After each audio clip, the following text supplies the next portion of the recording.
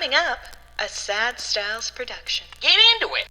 Okay, sorry. All right, let's go. Tetris, is this the first game that you knew that your parents played? Oh, wow. I think that's a very specific memory of you that you're putting on me. You know, after, and then they tell you that you have to go to bed because you've misbehaved, so they take your Nintendo console and they play it all day, and your mom stays up till 11:30 at night and then complains the next day that she couldn't go to bed because she was trying to sleep, but when she'd close her eyes, she'd see bricks falling down. You know how when that happens to your parents? That sounds very hyper-specific. I'm just like, just spitballing. Just an idea. You know how that happens, generally speaking? I guess so. All right, here we go. Episode 200. Let's do this thing.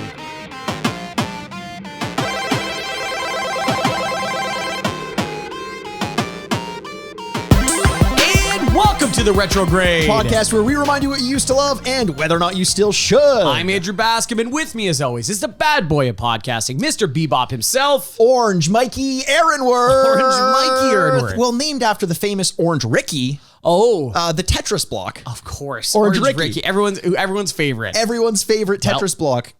Did you know, by the way, that all the Tetris blocks have their own I did not know this. They have names? They do have names. Ricky. Like, I thought it would have been like block, line, things like that. Well, but some of them are. But they really sprinkle in there some real human-ass names just for good measure. I was going to say, this is their Christian name. Yes. Orange Ricky. Exactly. What the hell is that? It's their Scientology name, Andrew. Yes. Yeah, it sounds like a name out of like Greece. Yes. Like someone's in a gang, like, that's Orange Ricky. And Orange Ricky over there. You don't want to mess with him. Yeah. He's from the Jersey Shore. Oh, of course. His tan is orange. Absolutely. Yes. Oh, my goodness. Mikey, this is, of course, Mikey Aaronworth, and we are here for episode 200 of the Retrograde podcast. Schmagoli. Yes. Oh, my goodness. Hey, gabagool. Yes. Wow. Jersey Shore is still sticking strong here. Still sticking strong. 200 episodes, Andrew. Obviously, we've been going for just about 4 years. Nigh on 4 years. Yes. We're right around there as well. We've had a lot of bonus episodes, which we didn't count towards the 200. So technically speaking, we've been doing this for more than 200 episodes. It's just 200 main ones. Yeah, 200 episodes on the Retrograde, on the free feed over here on the Retrograde podcast.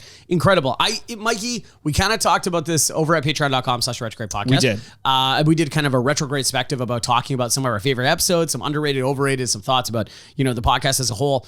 But like, would you ever thought 4 years, 200 episodes? I think theoretically I could have imagined it would happen, but practically reaching this point is crazy to me. Crazy. We'll talk about it more at the end. We've been doing this podcast for as long as it takes to get an undergraduate degree. What the fuck are we doing? Where's our diplomas? Come on. I'm going to put on a mortarboard. I'm going to walk across the stage, shake the director of podcast hands. Who I guess would be, it's probably Joe Rogan, isn't it? It could be. Yeah. Joe may have taken over from I don't know, what's Adam? Adam ruins everything. Apparently he was pretty early was he really? On. Yeah. I guess Mark Maron. Adam Carolla. Can't say no to Adam A lot of Carolla. people I would assume I would see at an academic institution. Ricky Gervais, the Podfather, they called him for a while before it was even on iTunes. Man. But you know what? When you walk across the stage with your, what do you call it? A mortarboard. That's your hat. Then I'm going to motorboard you. Nice. Just for good measure. And then I'll say, but I thought that's what you said. And half of the panel up there that we described would love that. Would love that. They'd be like, did you ask for consent? And I'd be like, no. And they'd be like, up top. Nice. All right, cool. Meanwhile, you're just crying.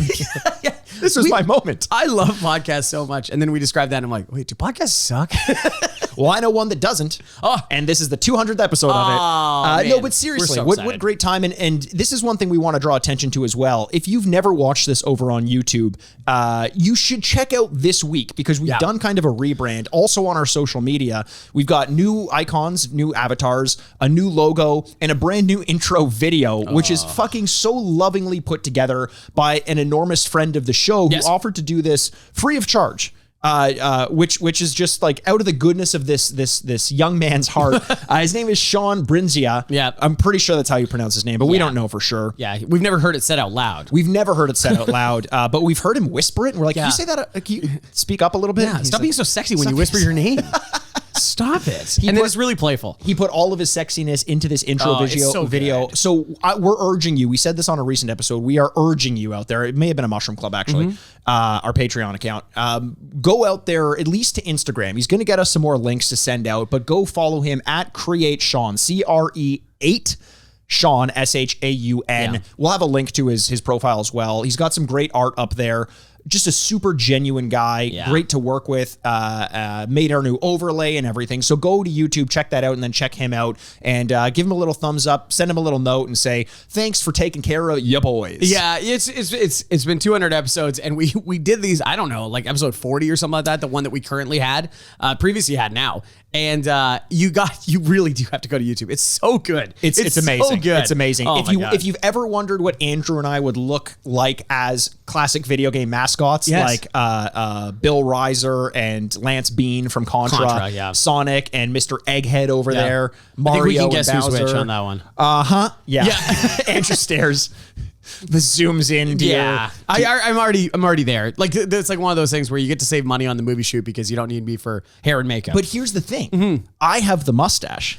You have the shaved head. That's true. So if you and I combined, we could become Dr. Eggman. And then none of us are fast enough to be Sonic. No. So Elliot probably. Yeah. Elliot seems like, our producer Elliot seems like he'd be fast enough to do that. Man. So this is just a way to say thanks for being along with us. We're going to treat this like a normal episode, but a big episode because we're doing fucking Tetris. Tetris is an enormous game. And if you're new to this podcast and you're checking us out at number 200, because why not? Good place to start. Good place to start as any. First of all, thanks for listening. Secondly, typically what we do on the podcast is take a look back at the games that we used to play when we were kids. Usually it's something we had an affinity towards one way or another. We rate and review the game as we remember it as kids based off a review out of 4 bits. Then we play the game, play some of the audio or the video, come back and rate and review the game as it holds up in the modern day against like some modern games, also out of 4 bits. That combined score is the Retrograde. And before we do that, sometimes we talk a little bit video games, but we're going to stay pretty much on trend with Tetris right now. Why wouldn't we? Because there's so much to talk about, especially because before recording, I asked you, Andrew, if you were familiar with the international incident that came about as a result of this game, and you said you weren't quite familiar with it. I can't wait to get into that, but before we do, I don't want to leave the listener hanging. Yeah. Because we mentioned at the beginning that these blocks have names. What about this Orange Ricky nonsense? Orange Ricky. Now, you may think I'm crazy for calling myself Orange Mikey Aaronworth, because what does that mean? I'm not from the Jersey Shore. He goes back to that well again. Why do you keep doing that? I don't know. A show that hasn't been on the air in 12 years. Oh wait, they did have a reunion last year. Yeah, Andrew. And the whole family got around the TV to watch it, and they're like, all our friends are back. The funniest part was when they came back, and the situation, Mike, who was like the cockiest guy. Everyone's like he's had a lot of issues, like tax issues and all that stuff. So I don't feel that bad because it was tax issues. Like you should have. But they all come up to him and they're like, "How you doing?" He's like, "Yeah, not so good." Just like really sad. Oh no. Yeah. You're afraid that would be the answer, and they're like, "Don't confirm it." Like all of them are like, "Yeah, pretty bad. Things have gone downhill since we last saw each other." Oh man, and Sammy's still blaming Ronnie for all of her issues. It's a whole thing. But never mind Sammy and Ronnie and the situation. Those are names we don't care about, because the names we do care about are the names of the Tetris blocks. And this, believe it or not, is canon. In the instruction book, there were names for these. Yeah. So they're treated as characters. I don't know if this means they have working organs and blood and that jobs. sort of stuff. Jobs, dreams, hopes. So you got Orange Ricky and Blue Ricky. Those are the 2 L's, which is it's so good. It's so good. Orange Ricky and Blue Ricky. You got the Cleveland Z and the Rhode Island Z. Those are the Cleveland Z. Okay, so then that's when they're flipped. Yes. Cleveland Z? The Cleveland Z and the Rhode Island Z. I was hoping you could help me out with that, because I don't know anything about geography, and that includes the shapes of states. No, so Cleveland's not a state, but is what? That, no, it's Ohio. Is Rhode Island? Yes, Rhode Island's a state. It's the smallest state in the Union. Is that or Delaware? No, it's Rhode Island. And I don't understand how, because neither of those are Z's. No. Or Z's. Are they shaped like a Z? No. Also, like, what do they have to do with each other to be the inverse of each other? Cleveland and Rhode Island. Also, Cleveland Z's sound like a sex move that I do not want to look up. Well, because it's like the Cleveland Zemer, right? Like the Cleveland Steamer. Right, that's what it is. Yeah. You've got the Tiwi, which is the T-shaped one. Tiwi. Like a Pee-wee T. I like that, Tiwi. I was going to save this one for last because it's everyone's favorite. It's Hero, which is the four in a row, which is an absolute hero. I like that because every time you see it, you're like, oh, thank God. Thank God for this hero. God, yeah. Call it Enrique, because that's my hero, baby. Yeah, I'm holding out for a hero. Exactly. Yeah. And then the best name. Maybe because it looks like a submarine sandwich. A hero. They predicted the name of Hero submarine sandwiches? No, heroes are like what certain regions call Subway sandwiches. Oh, since when? Just like, as long as there's been submarine sandwiches, like grinders, subs, hoagies. Oh, wow. Yeah. Okay, so maybe that could actually be it. Honestly, it makes more sense than Or do they call them Cleveland Zeds or whatever the hell it is? Cleveland Z's. Cleveland Z. Sorry. I'm sure the Z is the Canadian pronunciation of Z, which is fucking baffling to me that we just decided to go a different route with it. Well, it's the European pronunciation, but right. And the best name of all is the block. The block. Tell me what you think it's called. Thick Charlie. Honestly, not far off. Okay. Smash Boy. Smash Boy. Smash Boy. Oh, Smash Boy. Which is phenomenal. Oh my God. That sounds like if we had to start, this could have been an Entourage spinoff with all of these names. It's just, Smash Boy, Hero, Charlie Z. It's like, I could totally buy that. Can we try to remember when we're playing the game, if we ever get a Tetris, we have to go, oh, yeah. Yeah. Or if you sprinkled it into the scene in Goodfellas where he's introducing everyone in the club. Yes. Oh my God. That's Johnny Two Times. That's Charlie Z. That's Smash Boy. Tiwi over there. Tiwi. He's like, what's up? You got to watch his temper. Love it. I love that as well. And you know what? To take a little bit of a break, some people love this podcast so much so that they're willing to go leave us a rating and review on iTunes. And I wanted to give a shout out, as we're going to start doing this a little bit more often. Yes. Look, it's been 200 episodes. If you've been listening, please do us the favor of going over to iTunes and giving us a rating or a review. Please. I'm not a proud man, but I will beg. I will beg you. Well, please. Hey, look, it worked once because this review mentions my begging, which is great. The title is Great Podcast, 5 stars on Apple Podcasts. I got sick of Mikey shoving the dirty Tim Hortons cup into my face, begging for a review. So here it is. That's a reference to an earlier episode. Yep. Mikey and Andrew are very entertaining. It was kind of upsetting to hear Andrew was not a pee-pee poo-poo kind of guy, though. I am not a pee-pee poo kind of guy.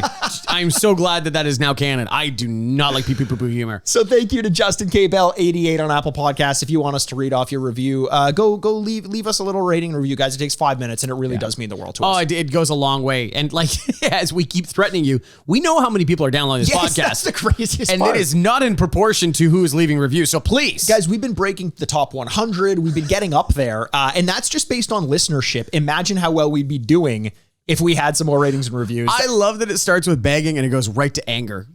Please. Because if you don't.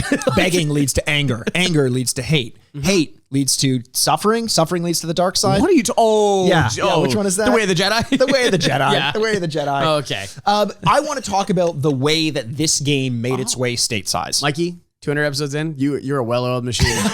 You're a well-oiled Segway machine. I was just about to make a reference to Family Guy, like a well-oiled deaf guy, like the greased up deaf guy. And I'm like, I shouldn't make that reference. I'm really glad you did it out loud. So quick. I gave you credit. And then you're like, you should have been in my head to think. Here's what I actually was thinking. It's like, oh no. I was also thinking about all these racial slurs, and I'll start in alphabetical order from the top. Oh my God. No, but I want to tell this story, Andrew, because it's fucking fascinating. I mentioned a potential international incident. Yeah. And this is one of those cases. Sometimes we like to talk about our video game experiences over the course of the week, but this is something we need to spend some time on because it's a massive story. So I'm going to start with this. It came out originally in 1984 on the Electronica 60, which was an old computer system. Okay. It's what it was initially developed on in Russia, designed by Alexei Pajitnov. Why are there so many Z's and V's and things like that in the names I have to say today? It's difficult. Yeah, there's a lot of Z's and V's. We lined it up against you, so we tried to shame you on episode 200.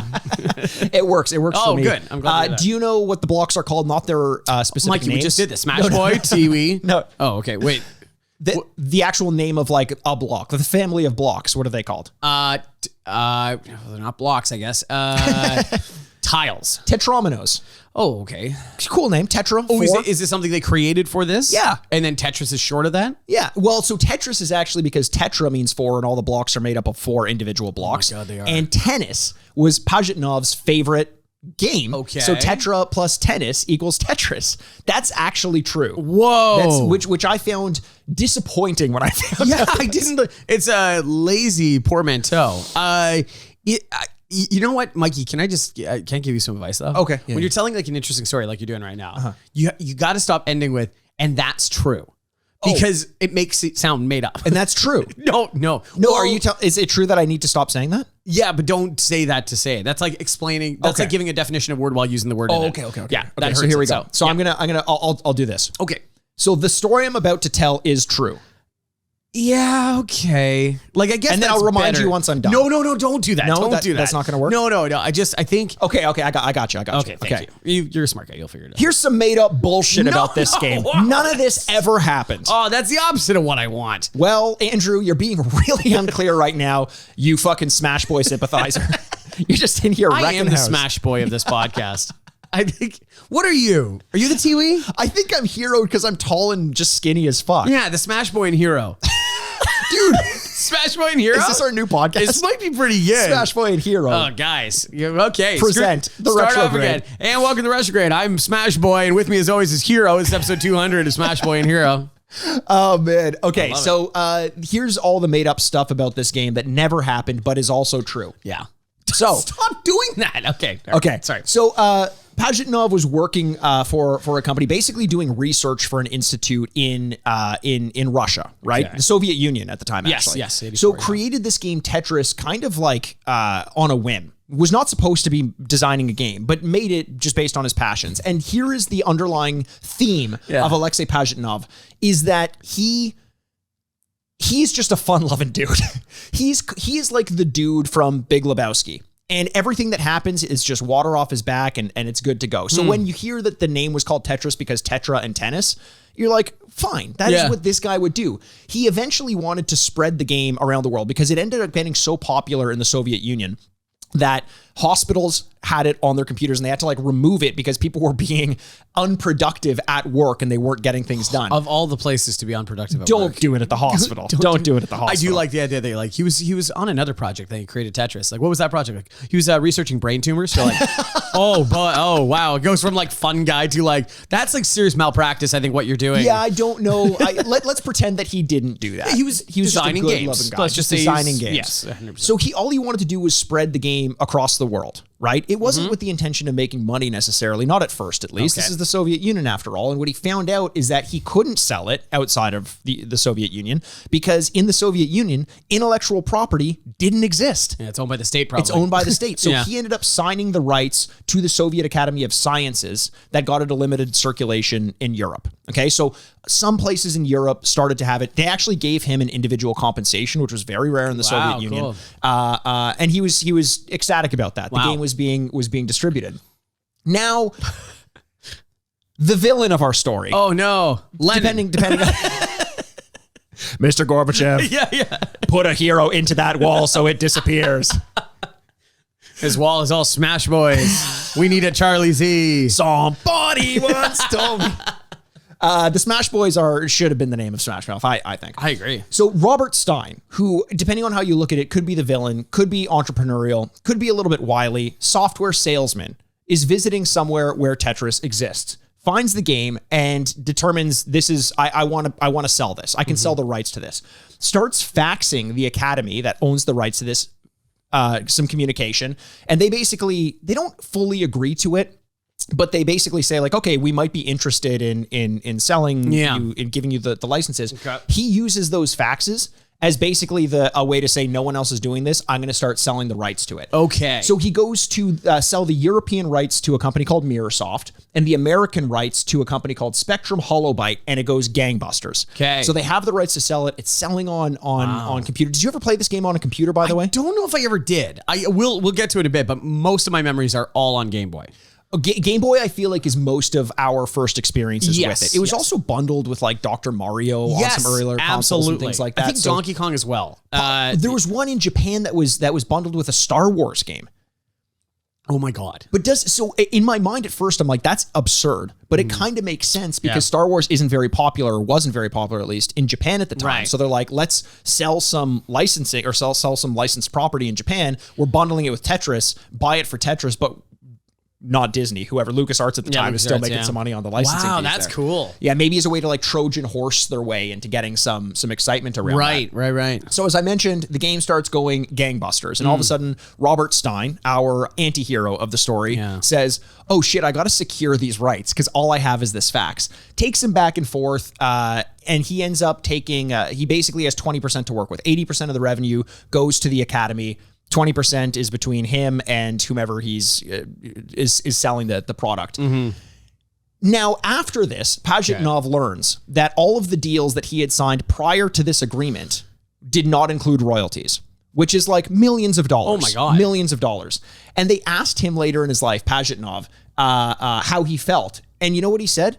You see, he was just happy it brought people happiness. The fact that so many people are enjoying my game. What a guy. Is all I care about. What a mensch. What a fucking communist. Wait, what? What a fucking communist. You take that money. This is honestly the story of communism versus capitalism. So I want to pay attention to a guy like Pajitnov and a guy like Robert Stein. Yes, yeah. And there are issues with both, which we'll get into, which is, it's kind of baffling. So as we're saying now, the opposite of a communist, obviously Robert Stein, his sale of the rights between those two companies, Europe and America, ended up going to two companies, Bulletproof Software and Atari, who began publishing games on consoles without Russia knowing. So I recognize one of those names. Atari, exactly.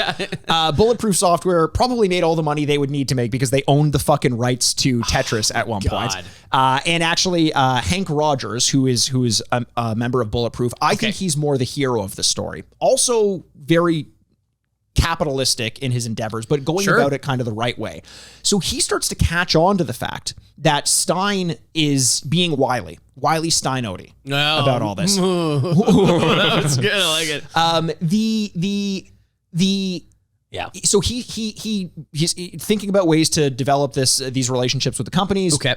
And he wants to start to sell maybe to Nintendo, maybe some handhelds. So when he finds out that the rights may not be as firm as Stein had said, he goes to Russia himself. And asks the Academy, does anyone have the rights to sell this game on a console as opposed to a computer? And they say no. He says, okay, can I get the rights to do that? And they say, sure. Some back and forth. He gets the rights. So now there are two sets of rights: one to Stein for computers, and one to Hank Rogers. Like Bucky Rogers. Star. Hank. That's great. Are you sure that Hank done him this way? Oh, that's cool. And then right after signing, he shows them a cartridge and says, by the way, someone is selling this game without a license. And they realize it's Stein. So instead of losing their mind, they kill him. They kill him. Which, honestly, story. It's surprising that there isn't more of that kind of like era of espionage and all that stuff. For sure. Yeah, you cost us money. Yeah, exactly. And so they send him a massive contract renewal, basically, to say, okay, we need to, there's some issues with the compensation. Here's like a multi-page document. Stein signs it, doesn't realize there's one clause in that contract that says you can only sell it on a console that is a computer. Therefore, keyboard, screen, that's all you get. So he essentially doubled down on what he couldn't sell to, but that meant that there were two licenses floating away that believed they had the rights legitimately in Atari and Bulletproof. Yes. Hank Rogers. So Stein, though, now has the rights to sell the handheld version as well on to Nintendo, right? That's a massive deal, right? And Russia is basically saying like, well, Nintendo couldn't have done this before, and he says, well, they thought they legitimately had it because of Stein, but now they do have the legitimate ability to do it. And Nintendo now using the rights. This is where it gets interesting. Oh, and this is a true story. Oh, well, okay. I believed you up until that point. Oh, okay. Yeah. Okay. This is all bullshit. Nintendo does. That would be so impressive, though, at the end of that story, and you went, I made all of that up. Beyond belief, fact or fiction? Utter nonsense. It's a complete fabrication. A team of writers came up with that. Nintendo sends a cease and desist, as Nintendo is wont to do. They're great at doing that. They love doing that. By the way, do you know the name of Nintendo's lawyer in the Donkey Kong scandal when they got sued by, I think it was Universal or whomever? God, it's not like Doug Bowser again, is it? It was something Kirby. No. And they based Kirby off of the lawyer. That's a true story. Because he swallows everything up? I think he's a blowhard. Oh, that's pretty good. Sucks wind. Who knows? Yeah. Who knows? Yeah. So they send a cease and desist to Atari, who bought the rights from Mirrorsoft. And Atari says, no, we have the rights to put this on a console. We got the rights legitimately. And the owner of Mirrorsoft sent a note to Gorbachev directly. Oh my God. To pressure the Academy to nullify the agreement with Nintendo. And Gorbachev threatens Pajitnov. Yeah. And the Academy holds strong and says, no, it makes more sense to do it this way. There's two licensing agreements. They screwed us over, this and that. So Russia goes and builds the Berlin Wall. Yeah.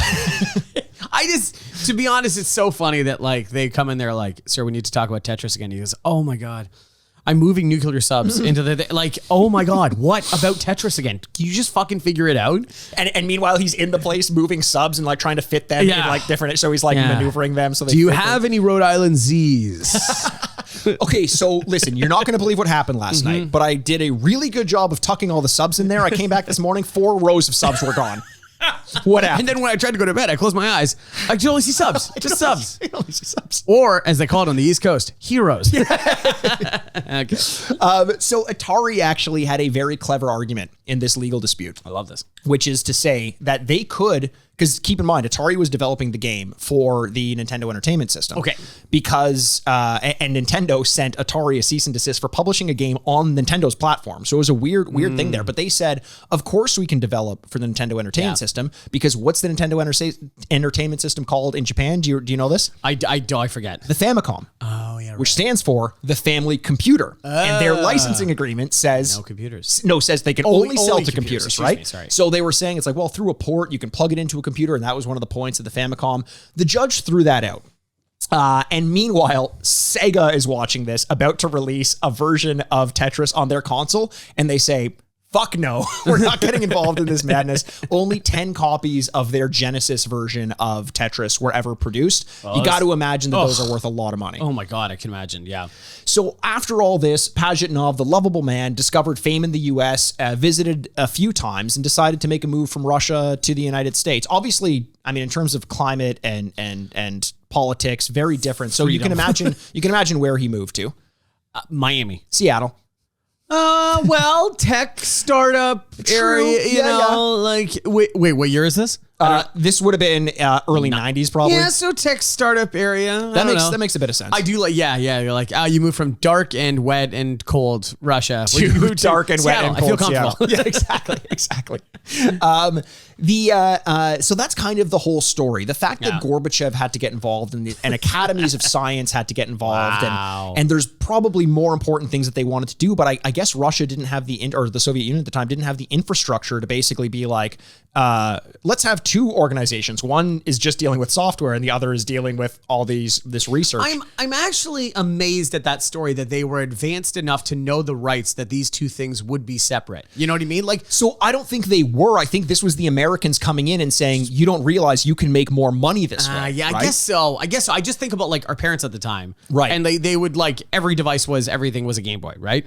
So, you are dealing with like software engineers, right? Like they do know there are different. I don't know if they would have had like the Nintendo Entertainment System. No, I mean more that they saw that they were explained the opportunity that like, no, there's actually 2 different fields here. Sure. Like you just don't know it. And them going like, oh, okay, I guess we'll do this. Instead of like, no, fuck it off. would have been a strange concept. I mean, even the fact that Pajitnov had to sign off the rights to the Academy just so it can be sold. Like imagine how much more money he would have made in an individual. Not like it seems that he cares, but I want to look at what he's been doing recently. So he actually developed, I think with Rogers, the Tetris company, which formed in 1996 and manages, similar to like the Lego company, there's like different standards. You know, in 96, they standardized the color of the blocks. They standardized the speed at which they have to turn. Sure. They standardized the number or the way the game randomizes. Because here's something interesting. Okay.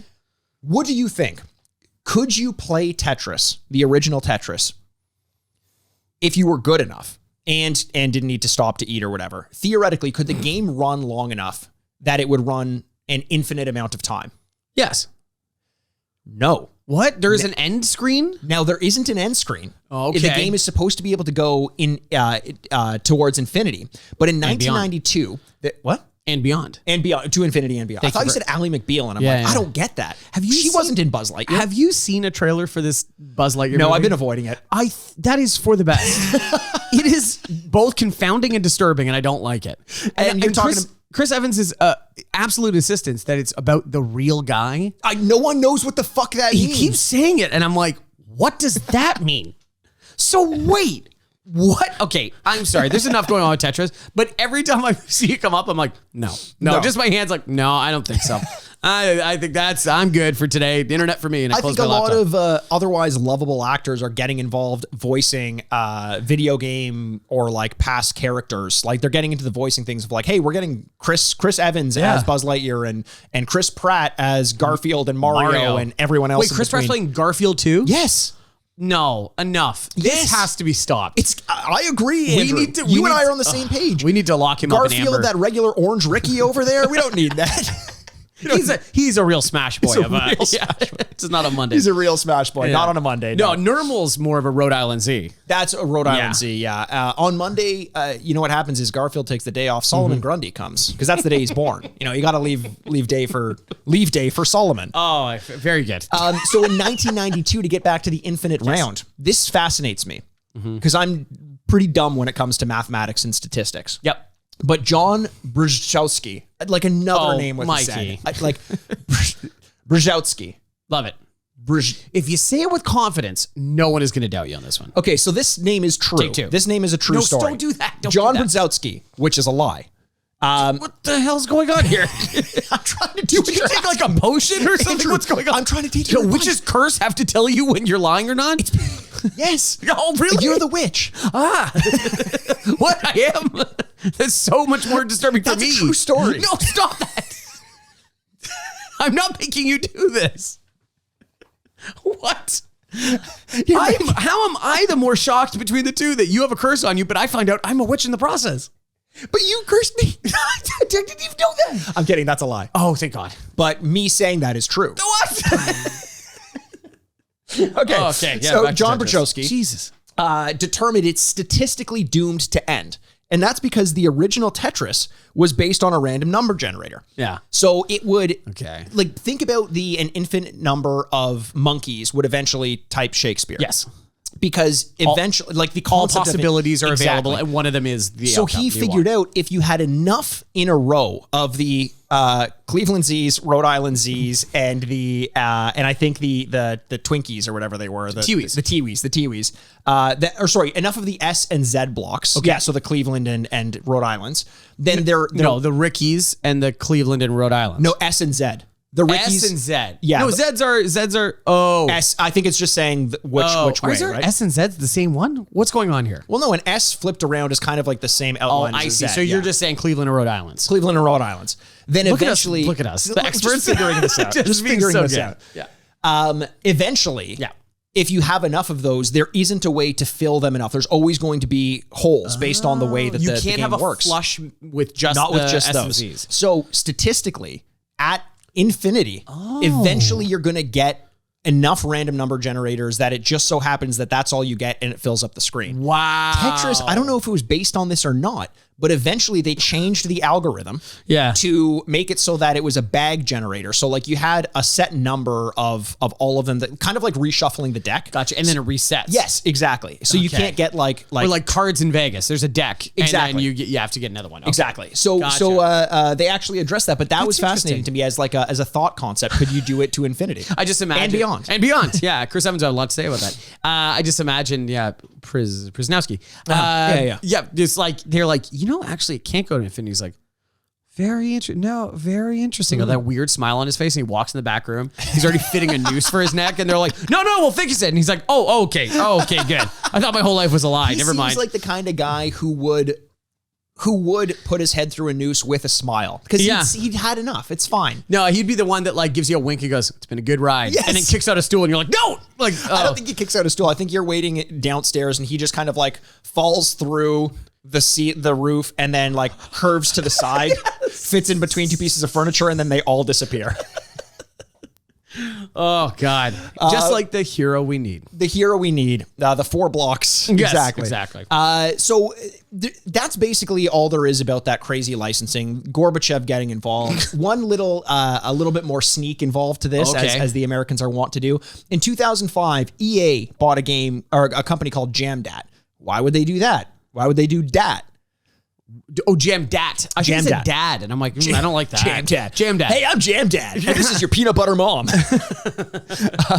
Who's Jamdat? Jamdat was a company who bought another company founded by Rogers in 2001, which held the license to mobile Tetris games. So by EA buying this random company, they had the only rights to do mobile versions of Tetris. Which I absolutely play Tetris on my phone a lot. Oh, yeah, everyone does. Yeah, it's great. In fact, I think it's upwards of 420 million people have bought Tetris on their phone. That's unbelievable. And that makes Tetris the highest selling video game franchise of all time. Okay, I was going to ask, I'm glad you had that. I was going to assume it was the highest just because it's been around the longest. It's just like the Bible. Like, it's like it has to be. 100%. You also get one for every hotel room. You open up, you're like, all right, the Bible. This is an old Game Boy, an old dusty Game Boy. And Tetris, yeah. Yeah, so they estimate over 500 million units have sold. And I think something like, it's hard to gauge because, again, some of them were sold unlicensed, so it's tough to track exactly what those 10 were. Sega cartridges. Those 10 Sega cartridges, they have to factor in there somewhere. Yeah. But the majority of them at this point have been digital sales on a mobile platform. That would account for about 400 million, and the rest would be physical copies, which even still, 100 million physical copies is fucking batshit. Unbelievable. Especially for a game that's not like, we buy, popular game franchises and we buy number 2, number 3, number 4, and stuff like that. Tetris is Tetris. Yes. And there's something really beautiful about the, frozen and amber state of Tetris. You know what you're going to get in Tetris. It is the same game. It's the same game our parents played. It's the music, the whole thing. I love it. And they try to make changes every so often with some of the versus games to either change the pace. Like there was one issue where if you spin in one of the iterations, I can't remember which it is, but if you spin the tile stops moving. So you could basically do like an infinite spin. Oh. Now, part of the game was seeing how quickly you could clear the board. So that played into your the competition that you were playing. So they were like, it was a trade-off. But for the most part, it's like Lego. I mentioned Lego earlier, but I think this makes sense, not just because it's blocks that we're playing with, but because there are two camps. One is the old school Lego camp, which is to say everything has to fit within the system. It has to be a certain grid. You cannot release something that doesn't fit within that structure of like blocks will fit into blocks, will fit into this. And there are other people that say we have to change because we have to have new, more sleek designs and things like that. Right. Otherwise, people are eventually going to lose interest. So we got to get Malibu Stacy a new hat, and then everyone's got to buy it. Yeah, and this hat doesn't fit on the original Malibu Stacy, but this is another line of Malibu Stacy that it does work. Have they ever tried to unveil a 7th block? You know what I mean? Like, this is the Tootsie Roll, and you're like, it does this, and you're like, oh, okay, cool. Actually, Tetris 2 had some weird... I'm sorry, what now? Tetris what? Tetris 2. Tetris 2? There are multiple iterations of Tetris, which no one accepts that. Not in my fucking America. It's weird to... No. Not in my America where Barack Obama caused 9/11. What? What are you talking about? I think that was in the preamble. Is this a multiverse thing? So that may not actually... that may not track. No. No, but there are numbered games, and some of them messed with it. But I think people are more interested now in like Tetris 99 or Tetris Worlds, where there are iterations of the same original formula, modernized with maybe updated graphics and with some more multiplayer components. But that's it. In terms of puzzle games, Andrew, I know Tetris is the gold standard. What is your relation to it? Like, is this your favorite puzzle game? Is this just one that you remember playing, or what is Tetris to you? It's funny because since we figured out that we're gonna be doing this game for episode 200 a couple weeks ago, I've been thinking a lot about what I would give in my score, my retro score, and a lot of those questions kind of come up with the same thing that you're bringing up right now. Is that like, it has to be my favorite puzzle game ever, kind of by default, because to me, this is what a puzzle game is. This is how puzzle games were introduced to me. It's not like, well, it was Tetris, but it was a bunch of stuff and you're trying to figure it out. No, Tetris feels like it comes with the console. Yes. Like you just get Tetris and you can always play it. And in fact, it often did come with the console. It was bundled. It was bundled with the Game Boy in a lot of cases, and that accounted for a ton of its sales. I think that was why I had it for my Game Boy. And so like it is just kind of the gold standard where it's just it's hard to imagine a time before video games, before Tetris, because really in a lot of ways they didn't exist. But sure. Yes, the answer is yes. Yes. Wait, the answer is yes? The answer is yes. It is my favorite puzzle game of all time. No, I didn't ask you that. Yeah, you did. No, I said, what is your relation to Tetris? Yes. And the answer is yes. I can make this as simple as possible. Yes. You are such a Smash boy. I can't stop. You can't take the Smash out of the boy, man. And I'm a regular old Cleveland Z because no one wants me around. Oh, how do I fit into the social occasion? Who knows? Who invited Cleveland Z? Flip him, flip him, flip him, flip him. I don't know. Put him in the corner. That's why I always do a somersault when I enter a room. Yes. Because I'm like, I could be any way you want me to. Consummate entertainer over there. Always, always. Well, Andrew, I don't know. Like, I had a similar situation where you mentioned something where it felt like it was bundled with a lot of consoles and all that. Yeah. In my mind, as a kid, I was young enough to believe that consoles didn't exist without Tetris. I didn't think that you could own a console without Tetris being a part of it. Oh, really? On console? It kind of was video games to me. It was like, sure, you have Mario, but like Tetris is always going to be there on whatever console you have. It just always seemed to find a way. Here's something crazy. Okay. I don't ever remember buying Tetris, and I owned it on every console. Yeah, I have like 9 versions of Tetris. Right. I don't know why, and I think multiple people do that. You rebuy it on every phone or every iteration, whatever it is. Yeah. Just like you never see a baby pigeon, but we're covered, like there's pigeons everywhere, and you're like, what's that all about? I've been going around stomping on baby pigeons a lot. It's part of what I do in my off time. Yeah. Because I don't want, they're ugly, and I don't want people to see them. Okay, good. Yeah, you're for the beautification of the city. Yeah, 100%. That's why I love pigeons so much. Yeah, I want pigeons to serve 2 purposes. One, eat my French fries when they fall on the ground. Adorable. 2, be nice little art installations as your spattered carcass on the sidewalk. Here's where I want to see pigeons. In my Animaniacs episodes, not in my fucking city. How about that? There's my rules. That's a good one. Yeah. In the Warner Brothers Tower, and that's it. That's it. So Andrew, because this game was synonymous with video games for me, it's almost tough to avoid us reviewing this with potentially an enormous score, at least in the retro score. I think it's time for us to get into it, Andrew, because obviously we both have experience playing a shit ton of this game back when we were kids. So why don't you lead us off your review based on what you thought of the game when you were playing it as a little kid? You know, it's so funny. I just brought up how I've been thinking about it for a long time, and yet I just shook my head right before I died. I can't believe how difficult this is. Because I'm so good at usually not thinking about the context of the game. It's just more like, this is my score. It's an insulated thing. I'm doing one thing. I try not to think about your score. I try not to think about the future score. I just go like, no, this is the right thing. Because guys, I'm a professional, okay?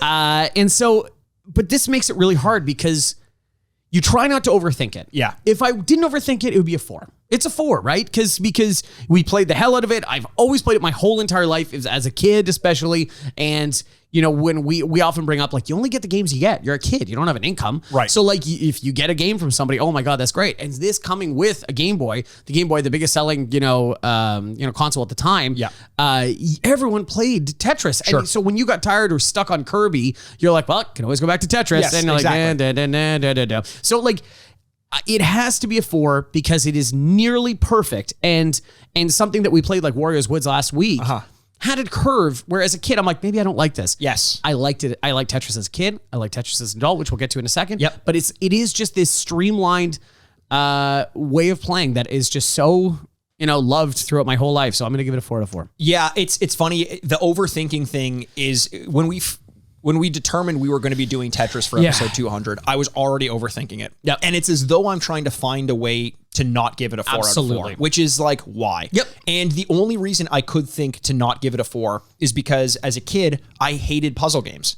They frustrated me. They agitated me. I didn't enjoy the process of playing them. Yeah. But I did play this game a lot because it was the only game I could play with my parents. I liked watching them play it because it was the only game they would play. It kind of was a way for them to understand my love of video games because they finally found one that they loved for different reasons. But yeah, I played it on every console. I played it on every trip that I would ever take with my Game Boy. I played it when I wasn't with my Game Boy. It was just such an integral part of my childhood that even though it frustrated me, I kept going back to it because it was iconic. It's a 4 out of 4. Like same thing. I don't want to overthink it. I know overthinking. Like the thing I kept thinking of is like, so my parents owned a Pong table, right? Growing up, like a bar top one that you see at like pizza parlors and stuff like that, right? And I think about that because those games came out in the same generation. Yes, Pong and Tetris. And one is still played today. That's true. And so it's really hard to not think that like Tetris is just nearly a perfect game because of that. So in my childhood, you're right, it's overthinking it. If I gave it anything else, I'm trying to be too smart for my own good if I gave it 3.5. It felt like I was trying to be contrarian. Yes. And it's like, I know better than that. It's a 4 out of 4. And look, all we can do now is take a little bit of break and go play the game. We're going to play it on the Game Boy because that is, A, it allows for 2 players, and B, it was just kind of the biggest experience that I had with the game. Totally. As opposed to being bundled with fucking Dr. Mario and me never touching Dr. Mario. So let's go take a break. Let's go play it. We'll see you guys on the other side. Again, if you haven't checked us out on YouTube yet, go do it. It's episode 200. Come watch us play this game. Come watch us play this game. Leave the video a like, and you'll get to see as well that beautiful intro by Sean. Yeah. So we'll see you guys on the other side, guys. Oh my God, a hero's coming to squish me.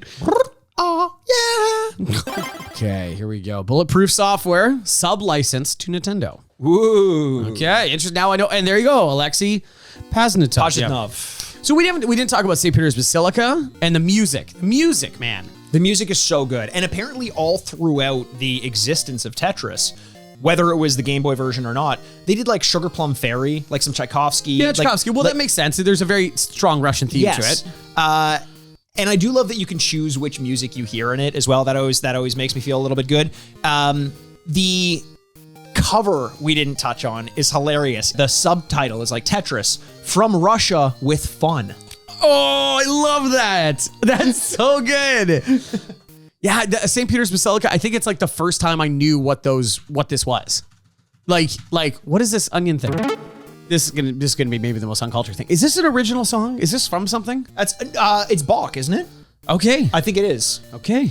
Do you know that with any certainty at all? Yes. Is Bach Russian? Ding ding. Johann Sebastian Bach. Sounds German. Sounds German. Yeah. So I think I'm wrong. Probably. Was this you playing? No. Here we Okay. go. One All player. Which music type? That's the more important one. This one. Yes. Level. Let's go level 4 Okay. or 5. 4 to keep things interesting. Sure. I don't know if that's going to be easy or hard. I don't. But I'm going to play, and you're going to try to beat my top score. Okay. And then if you do, I get another shot. No. Yeah, I think that's fair. Okay, so agreed. No. Agreed to disagree. Oh, well, this is a little Cleveland Z. Little Cleveland Z. Okay.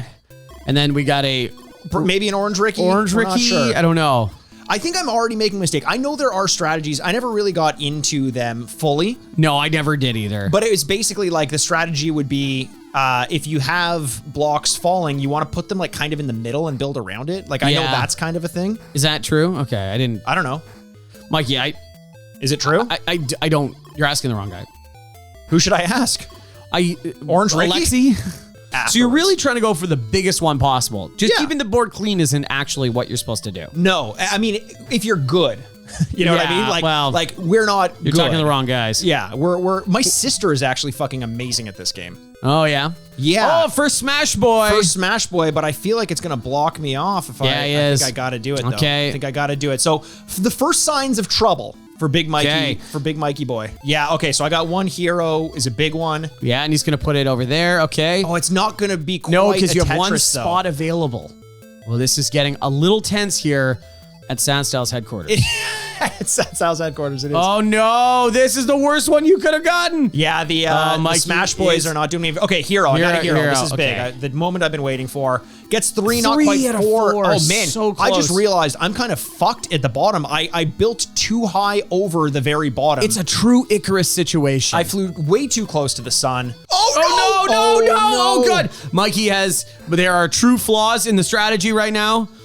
We will see how this is going to go. Mikey it's really hard to explain, but he's got 2 spots and only one little hole to get him in. I got a baby hole. Oh man! Oh no! Okay, this could be good. I got a hero coming over.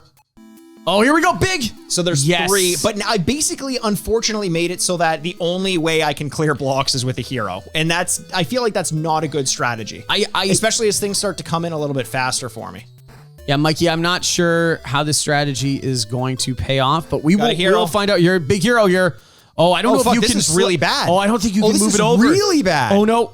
Oh no. Okay, one little bit of breathing room, some life. Yo, I'm losing this in a second right now. I think you just got to take whatever you can get at this point. Yeah.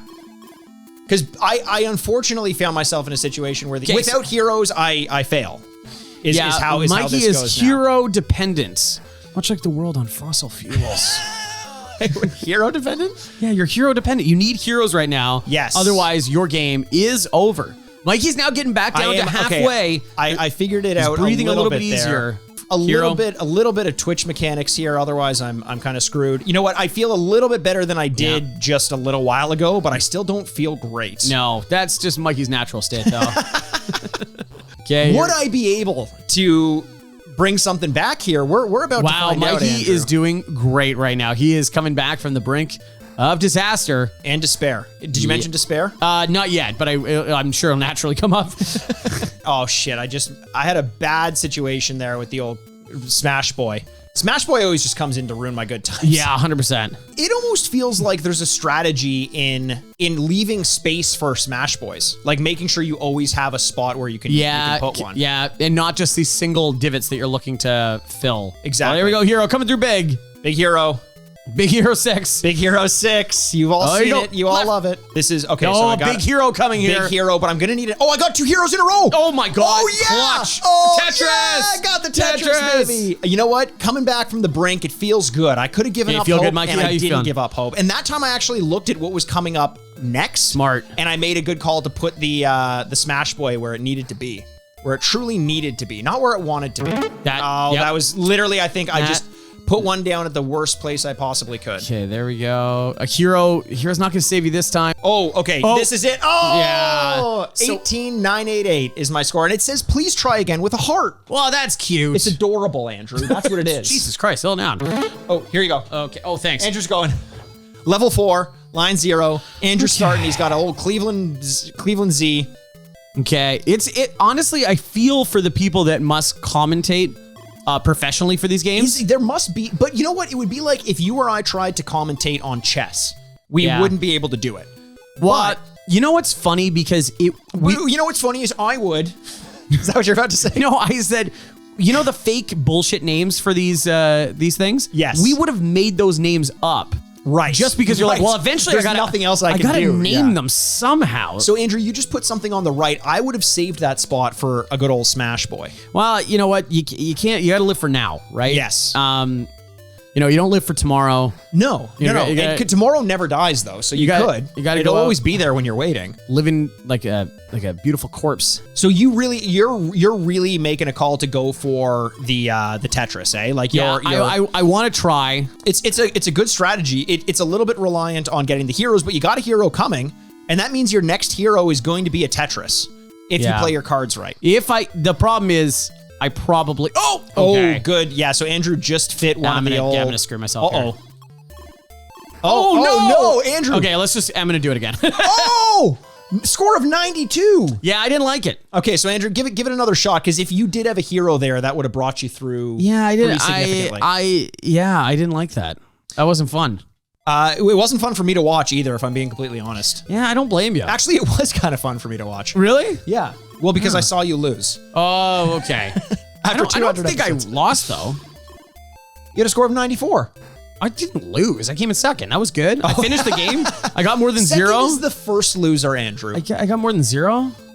Less than 0 is, I think that's a book by Bret Easton Ellis. Oh, that's good. Yeah, let's talk about him more. Is Totally normal guy. Not weird at all. Is he not in the news in a good way these days? No, Mikey, he's not. Is he ever? No, he's never been. But he wrote American Psycho. He's got to be pretty. Yeah, he wrote tame. Choke and No, that's Chuck Palahniuk. Oh, I also don't like that guy too. Okay. Who else do you dislike? Oh man, how much time do we got? Well, I got a while because based on your last game, we got about 30 more seconds. Shut up. So now Andrew's faced with a question. Do you go for the 2 lines or do you save it for a Tetris? Mikey, I'm playing scared because last game. I think you either have to do one or the other. Play scared or play bold. And we'll see how this strategy of mixing it up goes for you. Yeah, the answer is probably not well because you're not going to get either. Yes. You know what I mean? So again, same decision. Yeah, do you go decision. For 4? I'm kind of stuck now. I made my bed and I refuse to sleep in it. It's a Goldilocks situation. I'm not going to bed. No. Mommy, pour me another porridge. Daddy needs to eat. And I'm just going to let you unpack all that. Mommy, pour me a porridge. Daddy needs to eat. I do like that a nice 3-er. But 3-er, hardly newer. I like that because this is the Game Boy and they didn't have colors because it was black and white. Oh, right. It's structured so that usually what you have is in Tetris is different colors dictate the different types of blocks to give it some personality. But now there's like a texture to each of them. Yes. The heroes have little dots, which I like. Yes. Amount of time ahead. Oh, Jesus. Just kind of messed up one positioning. Oh, no, just a mental block. So there's one block that he's not going to be able to get to for a little bit. Not the end of the world, but that is the first sign of distress in Andrew's voice, and you can hear it in his voice. You really can. He's going, oh, man. Oh, shit. Fucking fuck. It is fun in this game that literally mistakes are made out of boredom and repetition. It's amazing to make you it know way what back. I think one of the most impressive things about this game is, in spite of everything, the song never got stale. No. In fact, when I boot this up and I'm sitting here listening to it, I like it. I still like it. Well, we mentioned the blocks with your eyes and stuff like that. I swear to God, it's the song, because the song stays in your head. And in a large part, when you're really in like the flow state, you don't hear it after a while. It's just your eyes are like locked into a position. It's really actually kind of creepy. It feels like the kind of game that once you get into a flow between the music and the way that things move down, it's basically like you're playing geometry and patterns just form, and you can do it without really thinking too hard. Yes. Also interesting to see the difference in strategy. You're stacking up a lot of the heroes all on one side. On the left side, I always go right side for heroes. Oh, interesting. I don't know why. Okay, here we go. Next hero, you've got a Tetris coming up, and potentially two, honestly. Oh, man. Oh, no. I thought that spot was over. Uh-oh, here we go. This is what we're talking about. So Andrew, just again, kind of out of boredom, missed one, but there's still one hero, and you're right back into it. And here's one hero that'll take it down 4 slots. You're gonna get a Tetris. Nice little sound effect, and you've already passed my score, so that got you to 20,000. Really, they are worth a lot, and that is why people play the Risky Boys. And baby. that's why we call it Tetris. What? Do you think there's like card counters? Like that kind of player of Tetris as well, because they'll know like, okay, now I can start stacking things because you went a while without a hero and now you just got basically 3 in 5. Well, it's like what was that? Oh, you just got up to another level after a certain number of points. You start. Sir, would you like to move the VIP table? You seem to be doing very well at this table. And then I'm just sitting there like, oh yeah, we'll go. And they're like, no, there's only room for 1. Yeah. Wait, no, I'll catch up with you later. I guess I gotta go, right? Yeah, you gotta go, man. You're like crying. Yeah, tell me what it's like. Send me some pictures. Ha ha ha. Put in a good word for old Mikey. Old Mikey. So remember me. Avenge me. I don't need you to rub this in my face, and I would appreciate it if you didn't. Mikey, we will stop when I've said I'm done. You tell me when you're done, because I'm well, honestly, at this point, I don't know what else would have to. You're not going to unlock the secret ending to Tetris. Yeah. Alexi comes on screen. It's like Ready Player One. Cold War. You've begins my game. Yeah, oh, yeah. All right, you wanna give this a break? Talk about this? Okay, well, fuck me then. I'll just watch blocks go down. I can see this. Are my eyes closed right now? Am I seeing this in my head? Mikey, a repetition of the last week. I don't know what day it is. And welcome back to the Retrograde. I'm a regular old Cleveland Z. It's Cleveland Z over here. Yeah, hey. Classic. What is your favorite? I've already asked this. What is your favorite one? I think it's got to be the hero. It's got to be the hero. It's got to be the hero. But I do like the spunk of a Smash Boy. Just coming in there wrecking shit. Yeah, but sometimes, see, to me, it's got to be that I think now after playing it again, the sneaky MVP is Tiwis. Tiwis are great. You never don't want to see a Tiwi. Yes. You're never like, oh shit, what do I do with this Tiwi? They are sometimes, in terms of preventing gaps, yes, they're potentially the most valuable. They can do anything. Yes. They could be flat and cover up a lot of space. They could do either side. Yes. They go both ways. They do. Like it's great. Very experimental, very sex positive, very forward positive. Thinking. Yeah, Tiwis are great. Love Tiwis. Smash Boys? Smash Boys are just looking to get it in. Smash Boys, and they're bad at it. Don't check their old social media history. Smash Boys are fraternity brothers. 100%. Yeah. And I think heroes are like the guys who study science books so they know how to get their partner off. They study like the neurology and the physiology of the human body, because they just come in and do their job. Yeah, Rhode Island Z's. Beta cucks. Yeah. No, Smash Boys, they're wearing a hat. It's backwards. Yeah. It's a visor. Exactly. It's upside down. Exactly. Their Oakleys are on the back of their head, even though their eyes are on the front. So, yeah, it's so funny going to play that game because we talked about kind of the flow state near the end. Yes. There is that part where your eyes just go white and you're like just clicking stuff and you don't know how much time has passed. And it feels like you can, it's no surprise why we spent so many hours playing this game, because it was, you just get yourself into a loop, like a little time loop or time warp. Yeah. Did I ever tell you about the time I played What? Rocky Horror. Sorry, Rocky time. Horror. Yeah, Let's play Tetris again. Yeah, let's play Tetris again. And then you throw toast at the screen for some reason. Just an orange Ricky to the right. Yeah. No, the biggest time warp I ever had in my life was playing the original BioShock. Oh. It was like 10:30 at night. I was going to go to bed at 11. I'm like, okay, I'll play half an hour. And I'm like, I play for half an hour, and then I look at my watch, and it was 3 a.m. Yeah. And it was to the point where I legitimately, my first assumption was, holy shit, I played that longer than I thought. I thought my watch had reset. I thought in my mind, there was no way. No way. I've never experienced a loss of time like that. Yeah. You looked into a mirror, had a castaway beard. Yes, exactly. Yeah. I fucked a volleyball. Bags of Cheetos everywhere. I don't even like Cheetos. I have made fire. There's a fire in my basement. You made a fire score in Tetris, though. Second try. Yeah, technically I won. You did. You won. Your average score was higher than my average score. I guess, granted, you did stop playing halfway through. But that was your choice, not mine. So we're saying this because Mikey played once. Yes. Got just under 20,000. It was an incredible score. And then I was like, I got this. And then got 96 because I tried to just Tetris and immediately pooped myself. And even though I am not a pee-pee-poo-poo man, so I pooped myself publicly, and I was like, and Mikey put out his hand going like, well, nice try. And I was like, no, I'm going to play again. Yes. And like a very selfish lover that I am. And so you're a Smash Boy. I am a hero. We've established Smash Boy, hero. This is how it goes. We're the Smash Boy hero guys. I have scoliosis, so I could very much be a Cleveland Z. Oh, so yeah, and then eventually I got the hang of it. I took a very conservative, safe approach to the game and just inch by inch climb my way up the mountain. So so different. In such a simple game, it's kind of fun to elaborate on the different strategies on how to play it. Right. I was disappointed when you got your Tetris that you didn't make the Entourage sound, because when I got my Tetris, I did. Which is, of course, oh yeah. No, I'm kidding. The Tetris sound is, I got a job as a Viking.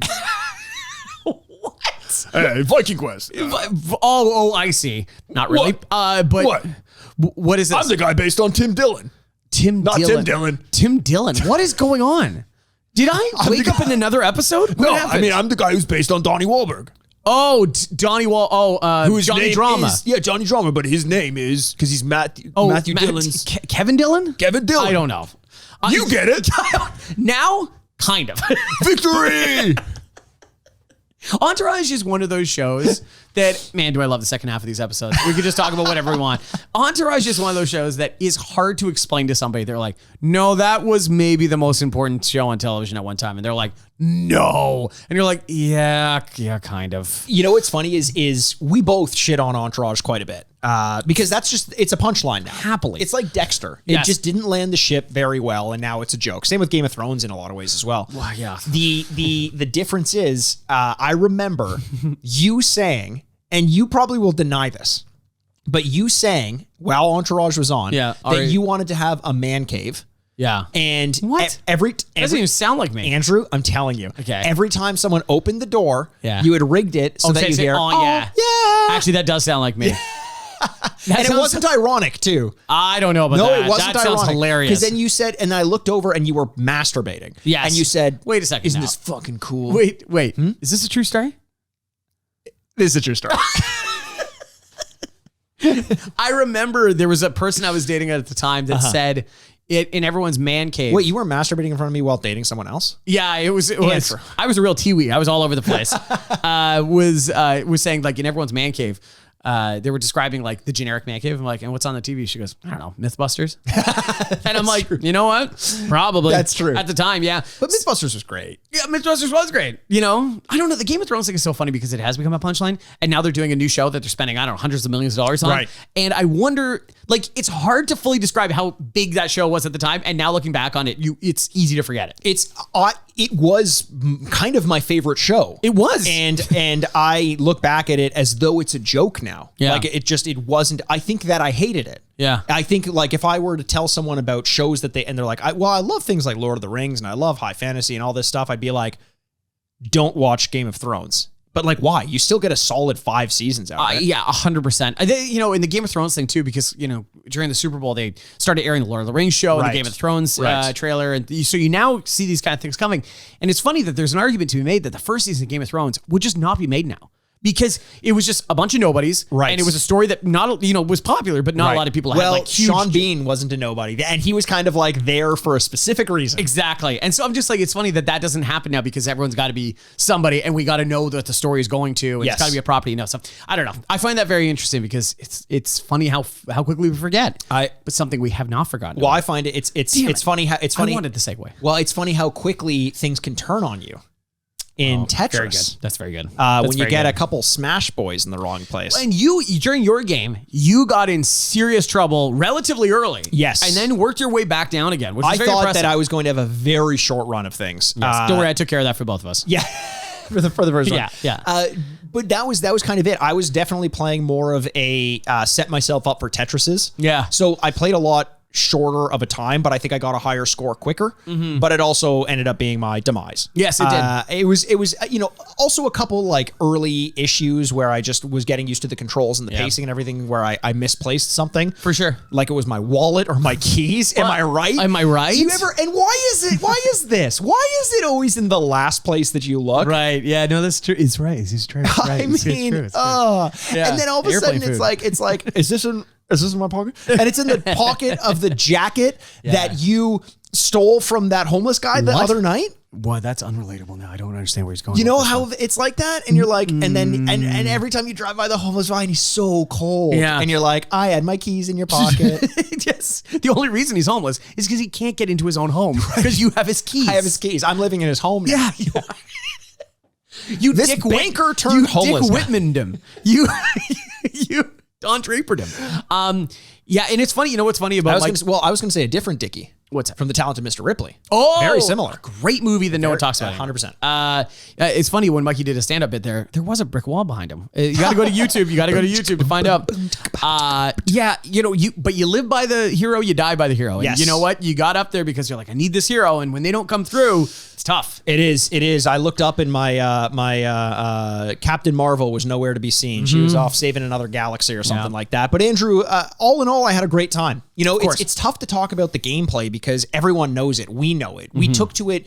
We played Wario's Woods, and it took us a solid half an hour just to get our feet under us. To figure out what was going on. This was just immediately taken to it. It is like another language that we speak. You can put this in the hands, and I think the thing about this game is you can put it in the hands of someone who's never played video games, and they will very quickly get it. Absolutely. Well, it's 2 buttons. It's the button to switch them and then the D-pad. Yes. That's all you need. It's great. And I think that's why it lends itself so well to people who don't play video games. Yeah, or I wonder how many games you could play that are not language dependent. You know what I mean? Like, great point. Like you probably could figure something out with sports games pretty quickly because it's all button pressing. But like Zork, yeah, because there's so much text it comes around the other way. Yes, exactly. Yeah. You're just typing randomly. Where you get an infinite number of monkeys in front of keyboards, and they will beat Zork. Well, I'm talking to somebody that speaks only Cantonese, and they're like, "Do you understand this?" I'm like, "I speak English, and I do not understand what's going on."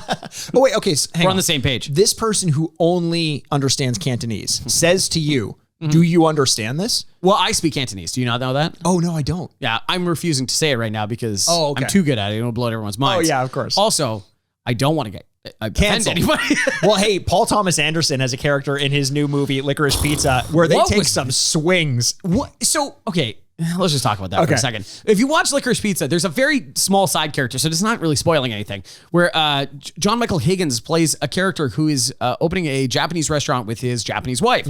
And the point is he screams things at her in a strong Japanese, like sticky accent.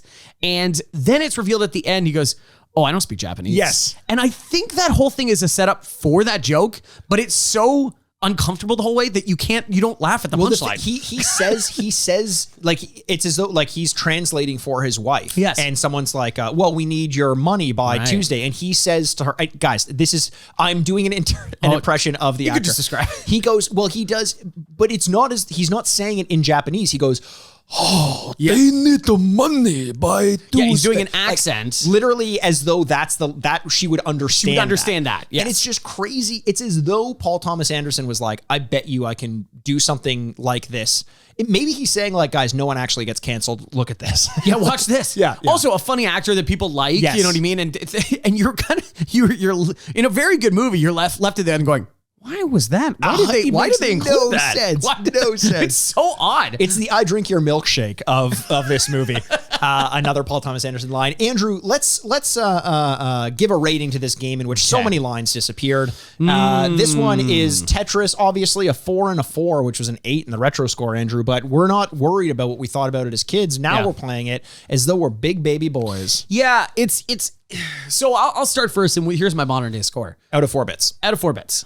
So you can't help but feel the yoke of pressure on your shoulders going, is this a perfect game? Uh-huh. And, I'm trying to avoid that desperately and, staying very subjective about like these reviews, because is this still the best puzzle game? I don't know. It's still a very good puzzle game. It's a very simple puzzle game. And it's a game that you could absolutely waste some time on. But I was playing my one turn and we ended mid-turn. I know. Which, tell me the most perfect game of all time. You end mid-turn. You're like, no, I don't want to play this game anymore. I think it's always a game that when you're not playing, you're like, oh, I could absolutely play Tetris right now. And then when you're playing Tetris, you're like, I'm good. Yep. I don't even know if I need to play more Tetris. That can't be a perfect game. Yet, it is still a very good game. I know. So welcome to 3.5 Tetris. Oh, man, we are going to get so much hate, but I'm coming around the same thinking where because here's the thing. The DNA of this game is still one of the most widely selling games. Like in some form, this game is continuing to sell. Absolutely. And this is where I'm struggling. Okay. Because I often take into account the intention of a game when that game comes out, or like if the game is trying to be funny and it isn't funny, that's a big detriment. If it's not trying to be funny and it's not funny, that's not a knock on the score. Not everything has to be funny. The game is just trying to be a tight puzzle game, and it is to a T or to a Tiwi. No, thank you. A very tight puzzle game. But I didn't want to play another round. Yeah, sorry. And this is your review. Sorry. No, but so yes, you can extrapolate and say that although that is true about the Game Boy version, the DNA of Tetris is so standard that you can play Tetris 99 right now, or Tetris Worlds, or any of these competitive games and get a lot out of it. Are we reviewing Tetris as a formula, or are we reviewing the Game Boy version? We're reviewing the game. We always do this. We review the single game. And I wouldn't want to go back to this. I hate to say it. Like not right now. Okay, would I give Wordle a 4 out of 4? No. Even though I play it most days, it's just something that most days you don't keep your streak going. No, fuck that. Wow. I'm giving this one a 3.5 out of 4 as well. It's so fucking hard. Like, it's so dumb. But there has to be like so much of what I need out of video games is fun and maybe a little bit of whimsy.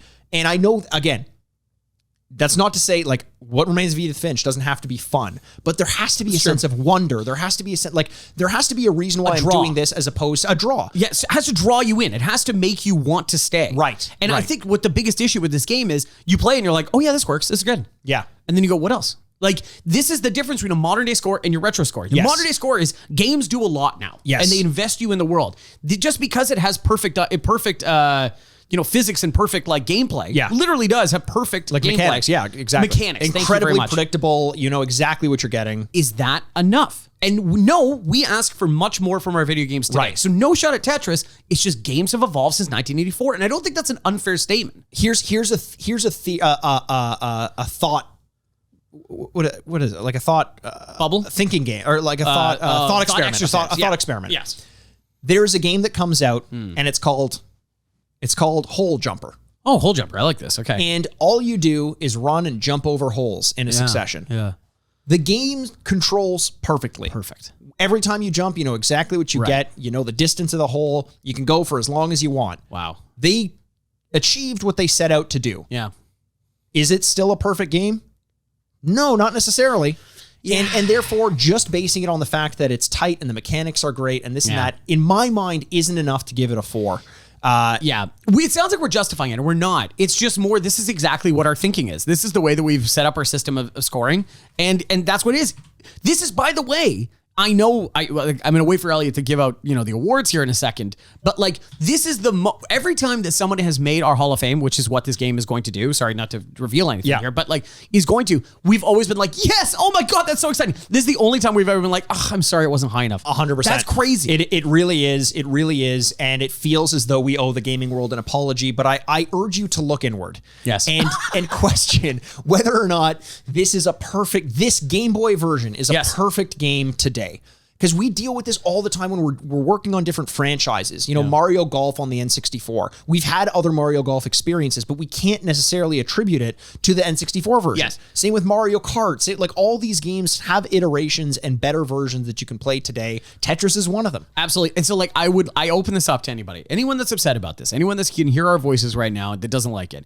If you write a rebuttal that is succinct and makes good points, I promise you I will read it next week. I will read your rebuttal, because we are not perfect, but I want to hear somebody make a succinct argument on why they think this should get a better score than we gave. Send it either on our social media. You're at Retrograde Andy. I'm at Retrograde Mikey. You can do at Retrograde Pod, or you can send us an email if you need the extra word space, the Retrograde Podcast at gmail.com. Or you can give your home address so that they can write something out in blood on my door. No. Oh no, it was written on a typewriter. This person's deranged. Typewriters, the sound of a typewriter will drive you nuts, but the sound of our award ceremony being introduced is just it's euphoric. Okay. It's euphonic. Euphonic. You watching Euphoria? I'm watching Euphonia. Oh, you're watching Euphonia. Yeah. Is it good? Yeah, it's the Holden Caulfield special where he just goes around calling everyone phony.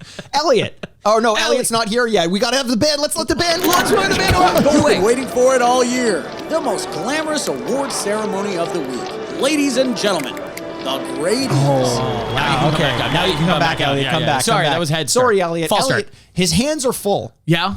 He's got a little name tag that says, "Hi, I am Smash Boy." You're Smash Boy. Wait, what the fuck? He's strong as Smash Boy. I'm Smash Boy. That's Smash Boy. I'm Smash Boy. Now you're Cleveland. You're Orange Ricky. You're Orange Ricky. Yeah, you're Orange Ricky. You're Orange Ricky. You are Orange Ricky, because that's a stupid one. That's stupid. Orange Ricky is probably my least favorite. Anytime the Rickies show up, I'm always like, oh boy, oh what the boy. fuck do I do with I've this? forgotten everything that I've ever known. Oh, crap, you have to determine whether it's an orange or a blue Ricky. Yes. Which way is that little thing facing? Years of playing Tetris, I don't immediately identify it. I have to flip it around a couple times to know where it goes this fit. way. Exactly. Okay, yeah. So you're an Orange Ricky. Yeah, and you're going to have to flip those envelopes around a little bit to see what awards this game fits into. So why don't you let us know? He fits like an old glove compartment. If it doesn't fit, you must acquit. Why? And the field of childhood dreams. 200 of these, they're going to figure it out by now. If you play it, they will review it fondly. And the Chevy Silverado Like a Rock Dwayne Johnson & Johnson, a family company trophy, Hall of Fame trophy. Oh my God. It's so fitting on episode 200, we get another entry into our Hall of Fame. I feel like we kind of wrote that story, though. I mean, we picked Tetris. It's not like we pulled it out of a hat. Yeah, that's also true. Yeah. We weren't sitting here like, maybe it gets a 0. Yeah. Maybe Mikey hates Tetris. Like, I don't know. We've never discussed it out loud. It does feel like the opinion one of us would have just to have, though. You know what I mean? because we're real pieces of shit. We're real Smash Boys.